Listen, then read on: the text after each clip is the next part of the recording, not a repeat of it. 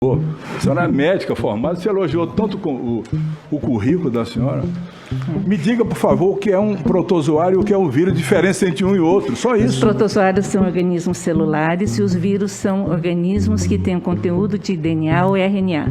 No caso do Covid, não, senhora, nós não, temos... Não, senhora, é um caso... Não, senhora, tenha paciência. Sim, não é assim, tem não é bem assim, não é bem assim, diferentes. não é bem assim, não. O que eu quero dizer para o senhor... Não é bem assim, não. Não é bem assim, não. A senhora não é infectologista, se transformou de uma hora para outra, como muitos no Brasil se transformaram em infectologista, e não é assim. Os protozoários são organismos mono ou unicelulares. E os vírus são organismos que têm uma proteção proteica, capsídeo e internamente o ácido nucleico. Completamente diferente do que a senhora falou aí. A senhora não soube explicar o que é o vírus. Vírus não são nem considerados seres vivos. Portanto, uma medicação para protozoário nunca cabe para vírus. Por exemplo, doutora, quando surgiu o H1N1, a gripe H1N1, a ciência foi atrás de um medicamento antiprotozoário ou antiviral? Me diga, responda. Não, foi um antiviral? Antiviral. Pois bem, não foi antiprotozoário. A ciência agora está buscando para o coronavírus. Aliás, a senhora sabe a que família, a que grupo pertence o Covid-19? A coronavírus. Hein? Ele é um coronavírus. Mas a que grupo?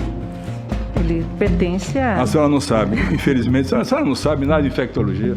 A senhora sabe quando foi que aconteceu a primeira manifestação do coronavírus no mundo? O primeiro caso no mundo. A senhora sabe a data? Sim. E que tipo de coronavírus foi? Exatamente. Diga o número, diga o ano.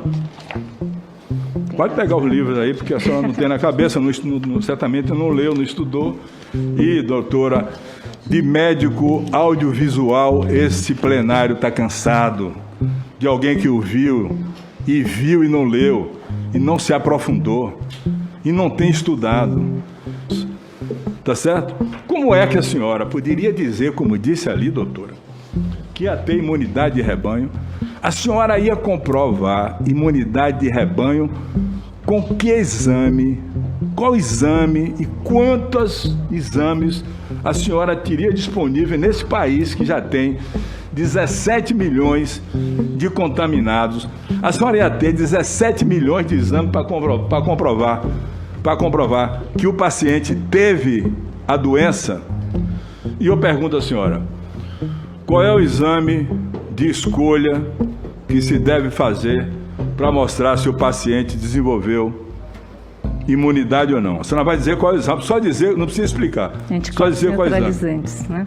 Eu não estou dizendo que imunidade de rebanho é não, algo que a gente deva a senhora se diga qual é o exame, por favor. E a imunidade de rebanho, doutora, a imunidade me celular, responda qual é o exame. São testes celulares para se avaliar se por acaso a pessoa já tem imunidade e tem os anticorpos neutralizantes. A senhora vai dizer qual é o exame que prova que o doente está com imunidade ou não? A senhora vai ter que dizer, por favor. Qual é o exame que, se fazendo, comprova que o paciente tem imunidade celular ou não? Diga o nome. A senhora não sabe, doutora. É o exame para identificar anticorpos neutralizantes, doutora. Mas eu expliquei. A senhora não sabia, doutora. Neutralizantes. A senhora tinha que ser oncologista, imunologista, mas tinha que entrar em infectologia. Agora, se me dá licença, eu preciso responder a uma série de eu acusações. Eu não queria constranger a senhora. Eu preciso mas a responder. senhora não sabe responder absolutamente nada. A senhora tergiversou em tudo. Não soube dizer o que é um vírus, o que é um protozoário. Então a senhora não podia de jeito nenhum estar debatendo um assunto que não era do seu domínio. Isso não é honesto, doutor. A medicina, a ciência quer honestidade, quer verdade, integralidade, capacidade intelectual, científica, para dissertar a respeito de uma doença tão grave como essa, que muitos médicos e infectologistas ainda não dominam.